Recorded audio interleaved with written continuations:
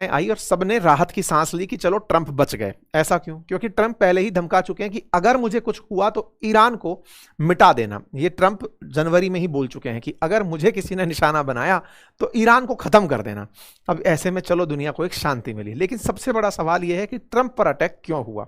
इसके पीछे कई सारी थ्योरीज एक साथ चल रही हैं। सबसे पहली थ्योरी है कि ये ईरानियंस के द्वारा किया गया कार्य हो सकता है। ये पुलिस के थ्रू लगने वाली जो सबसे बोले किस जो प्रभावित पक्ष है वही हमला किया होगा, क्योंकि ईरान पर इन्होंने इतना कुछ किया। क्या किया इन्होंने ईरान पर? असल में ईरान में पहले इन्होंने एक सुलेमानी नाम के जो IRGC के हेड थे वो मारे थे। इस बार तो साहब इन्होंने खमने मार दिए। तो ऐसे में मतलब ईरान वाले पहले भी कह चुके हैं कि हम ट्रंप को निशाना बनाएंगे। तो ऐसे में जब इतने टॉप सुप्रीम लीडर्स को मार दिया गया तो हो सकता है कि ट्रंप के प्रति नफरत हो किसी ईरानियन ग्रुप में, उन्होंने सोचा हो कि ट्रंप को निशाना बनाया जाए। एक तरीका तो ये भी हो सकता है। लेकिन चूंकि इस साल की शुरुआत में ट्रंप लिख चुके हैं अपने वसीयतनामा में कि अगर मुझे कुछ भी होता है तो ईरान को खत्म कर देना, तो ईरान खत्म कर देना, तो वो शायद ऐसी गलती ना करे कि भाई चलो ट्रंप मरे इधर की तरफ, ईरान पर कोई बम बम गिरा दिया गया। तो पहला तो पॉइंट यही। इनसे पूछा भी गया कि क्या लगता है आपको ट्रंप ने ईरान ने ऐसा किया होगा, तो इन्होंने अपनी तरफ से कहा मैं ऐसा नहीं सोचता, बट आप कुछ नहीं जानते, यू नेवर नो। ठीक है साहब। दूसरा सवाल आता है डोमेस्टिक रेडिकलाइजेशन का एंगल हो सकता है क्या? मतलब ऐसा कि लोग खुद से फ्रस्ट्रेट हो रखे हों उनसे। इसके पीछे का कारण भी है क्योंकि जिस तरह से अप्रवासियों को लेकर के बात करते हैं कि मैं जो यहाँ से लोग हैं इन्हें बाहर निकाल दूंगा, ये कर दूंगा, तो हो सकता है कोई वहीं से इस तरह से इनके खिलाफ नफरत लिए आदमी हो। तीसरा आदमी हो जो खुद से ही इनसे नफरत करता हो, जिसको लॉन वुल्फ कहा गया, जिसका कोई कनेक्शन नहीं है, अपने आप गया मारने गया था, सोच साच कर गया था।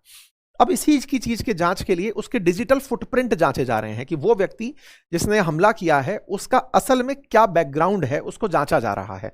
उसके सोशल मीडिया एंगल्स को चेक किया जा रहा है, उसके जितने भी फुटप्रिंट्स हैं उन सभी को जांचने का प्रयास चल रहा है। ये सारी की सारी जो घटनाएं हैं ये एक ही बात की तरफ इशारा करती हैं कि ट्रंप पर जिसने भी मारने का प्रयास किया हो या तो वो ट्रंप से बहुत ज्यादा नफरत करता है, और एक एंगल जिसकी सब लोग चर्चा गाए बगाए कर रहे हैं कि ट्रंप केवल अपनी तरफ सिंपैथी गेन करने के लिए इस तरह का हमला करवा लिए होंगे, अन्यथा इतनी ज्यादा सुरक्षा के बीच में कोई व्यक्ति वेपन लेके कैसे पहुंच सकता है, ये दूसरा सवाल है। अब देखिए उस रूमर को तो आप जवाब नहीं दे सकते क्योंकि आपके पास कोई एविडेंस नहीं है, लेकिन हाँ ये हमला अपने आप में काफी सारे प्रश्न तो लेकर आया ही है। चलिए तो मेरे प्यारे साथियों, खबर कुछ इस प्रकार से है कि अमेरिका की राजधानी वॉशिंगटन DC के अंदर एक व्हाइट हाउस में कॉरेस्पॉन्डेंट डिनर का कार्यक्रम चल रहा था। अब ये कॉरेस्पॉन्डेंट डिनर जो है ये हर साल आयोजित किया जाने वाला कार्यक्रम है। कॉरेस्पॉन्डेंट बोले तो पत्रकारों का एक डिनर कार्यक्रम चल रहा था, हर साल यह आयोजित किया जाता है। पिछली बार इसको आयोजित नहीं किया गया था। हर राष्ट्रपति जो व्हाइट हाउस में आप देखते हैं ना, उनके सामने बैठे हुए बहुत सारे पत्रकार जो एनी टाइम उनसे सवाल पूछ रहे होते हैं, तो राष्ट्रपति के द्वारा सालाना एक ऐसा कार्यक्रम रखा जाता है। तो जितने भी मीडिया के बड़े लोग हैं उनको बुलाया जाता है, और वो पत्रकार जो व्हाइट हाउस में ही रहते हुए उन्हें पूरे टाइम कवर करते हैं, उनके साथ राष्ट्रपति बैठ करके भोजन करते हैं और अपनी बातें करते हैं, और सामान्यतया खबरों के ऊपर मजाक बनाते हैं, खुद की मजाक बनाते हैं, अपोजिशन की। एक तरह से लाइट प्रोग्राम होता है, ऑफिशियल प्रोग्राम ना होकर के एक तरह से गेट टुगेदर टाइप का प्रोग्राम होता है। जिस जगह ये हो रहा था प्रोग्राम वो एक बॉल रूम था जहां पर कार्यक्रम था। ये वहां की वॉशिंगटन के अंदर एक होटल है जिसका नाम है हिल्टन होटल, वहां पर यह कार्यक्रम हो रहा था। ये होटल पहले भी विवादों में रह चुकी है क्योंकि इससे लगभग आज से लगभग 40 साल पहले रीगन के ऊपर भी ऐसा ही हमला इसी होटल में हुआ था। तो अब ये वो होटल बन गई है जिसमें दूसरी बार राष्ट्रपति पर हमला हुआ है।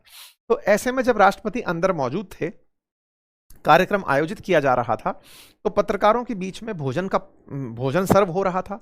उनके बीच बीच में कुछ कैबिनेट स्तर के मंत्री भी बैठे हुए थे, राष्ट्रपति मंच के ऊपर बैठे हुए थे और वहां पर वो बतियाने लग रहे थे। अचानक उसके बाहर गोली चलने की आवाज सुनाई देती है।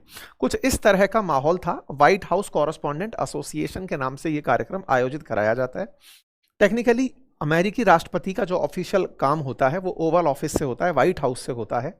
और व्हाइट हाउस में लगातार ये डिमांड उठ रही है कि अमेरिकी राष्ट्रपति के लिए ये बॉलरूम की व्यवस्था भी इसी व्हाइट हाउस के पीछे हो जाए तो बेहतर होगी। अमेरिकी राष्ट्रपति ट्रंप जब से राष्ट्रपति बने हैं तब से अपने उस बॉल रूम के निर्माण में बहुत इंटरेस्ट लेकर बैठे हुए हैं। लगातार उसका निर्माण जोरों पर है। उनके विरोधी जब इसका विरोध करते हैं कि आप बॉल रूम में इतना इंटरेस्ट क्यों लेते हैं, तो ये कहते हैं कि मेरी सुरक्षा के लिए वो जरूरी है।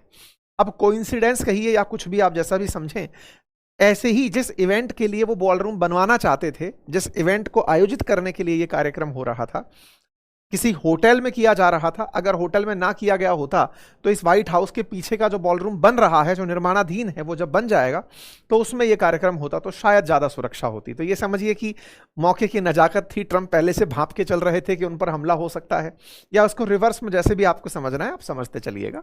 फिलहाल के लिए यहां पर यह घटना जहां घटी, कुछ तस्वीरें इस प्रकार के निकल कर आई।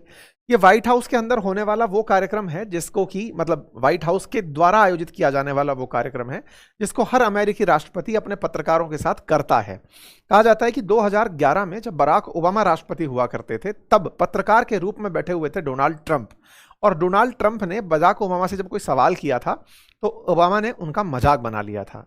उस मजाक का बदला लेने के लिए ट्रंप चुनाव में उतरे थे और राष्ट्रपति बनकर आए थे। कहते हैं कि वो मेरे इंतकाम का तो वो देखेगी, मेरे अपमान का तो इंतकाम देखेगी, कुछ वैसा है, मेरे प्यार का बदला तूने इस तरह से लिया वो देखेगी। साहब तो वो वाली स्थिति थी। तो ट्रंप ने जो हालात पैदा किए हैं वो तो दुनिया के सामने है, लेकिन ट्रंप के साथ जो हो रहा है वो आज सुर्खियों में है। प्रेसिडेंट ट्रंप बराक ओबामा के कारण भी सुर्खियों में रहे थे एक ऐसे ही कॉरेस्पॉन्डेंट कार्यक्रम में। उसके बाद बाइडेन भी ऐसे कार्यक्रम आयोजित कराते रहे हैं। ये वो तस्वीर है 2011 की जिसमें डोनाल्ड ट्रंप पत्रकारों के बीच बैठे हैं और ओबामा जो हैं वो मंच पर बैठे हुए हैं। ये 2016 में वाशिंगटन पोस्ट के द्वारा प्रकाशित किया गया था जिसमें ये लिखा गया था कि ओबामा ने एक बार ट्रंप के साथ कुछ ऐसा कह दिया था इस कॉरेस्पॉन्डेंट डिनर के अंदर, जिसके चलते ट्रंप ने डिसाइड किया था कि मैं यहां नहीं आगे बैठूंगा। तो भाई साहब मतलब ट्रंप काफी मोटिवेटेड इंसान रहे हैं और वो दिख भी रहा है। ट्रंप ने फिर जब राष्ट्रपति बने तो कॉरेस्पॉन्डेंट कार्यक्रम आयोजित किया, दूसरी बार जब बने तब भी किया, तो उसकी कुछ तस्वीरें फिर बाहर से आने लगी। इस बार जब कार्यक्रम हो रहा था तो उनके साथ में उनकी पत्नी बैठी हुई थी और उनके साथ में काफी सारे दिग्गज लोग और भी थे, मेलानिया ट्रंप, जेडी वेंस, काश पटेल, एफबीआई के चीफ। इंटरेस्टिंग बात है कि जिनके हाथ में सबसे ज्यादा सुरक्षा का दारोमदार है, फिर चाहे एफबीआई हो जो कि काश पटेल हेड करते हैं, या एनआईए हो जिसको कि नेशनल इंटेलिजेंस जिसको तुलसी गबार्ड हेड करती हैं, वो लोग भी यही मौजूद थे। इतने हाई प्रोफाइल लोगों की प्रेजेंस में हमला होना ये कई तरह के सवाल उठाता है। सारी की सारी सुरक्षा व्यवस्था इस लेवल की कि आप एयरपोर्ट की सुरक्षा व्यवस्था को धता बता सकते हैं, उसके बावजूद भी बॉलरूम के बाहर कोई गोली बंदूक लेके पहुंच जाता है, ये काफी सारे सवाल उठाता है। एनीवे, फिर यहां पर ये कार्यक्रम की तस्वीरें हैं आपके सामने, मंच पर ये सारे लोग बैठे हुए हैं। हिल्टन के अंदर ये कार्यक्रम चल रहा था, एनुअल कार्यक्रम था, उसी तरह से चल रहा था। होटल के बाहर आवाज, गोलियां चलने की आवाज आने लगती है और तुरंत सारे मेहमान टेबल के नीचे छुप जाते हैं।